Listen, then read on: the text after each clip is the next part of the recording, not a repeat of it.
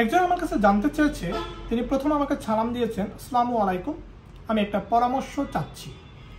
ভাই, আমার বিয়ের 3 মাস চলে, বউ মাত্র 2 দিন থাকছে, বিয়ের আর বাসররাত, কিন্তু বাসররাতে শারীরিক মিলন করতে চায় না, কোনোভাবেই রাজি নয়। পরে সে বাপের বাড়ি চলে যায়।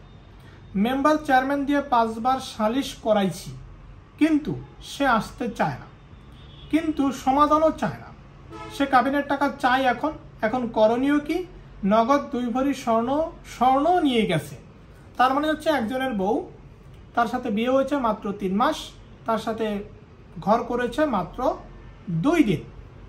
এখন হচ্ছে তার বউ হচ্ছে বাপের বাড়ি চলে গেছে, এখন তার কাছে আর আসতে চায় না এবং কাবিনের টাকা চাচ্ছে। এখন প্রশ্ন হচ্ছে, কাবিনের টাকা সে পাবে কিনা? হ্যাঁ, অবশ্যই সে কাবিনের টাকা পাবে।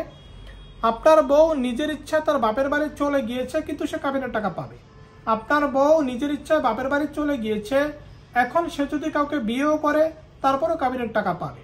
এখন আপনার একটাই উপায়, আপনার বউকে বুঝানো, বুঝিয়ে সংসারে আনা, এছাড়া অন্য কোনো উপায় আপনার কাছে নাই। এবং কাবিনের টাকা অবশ্যই দিতে হবে। এবং আপনি যেটা বলেছেন যে আপনার বাসা থেকে নগদ টাকা এবং স্বর্ণ নিয়ে গেছে, এটা আপনি পাবেন না, কারণ এটা আনার জন্য কোনো আইন নাই এবং আপনি প্রমাণও করতে পারবেন না যে আপনার কাছ থেকে এটা নিয়ে গিয়েছে, এবং কাবিনের টাকা আপনাকে পরিশোধ করতে হবে।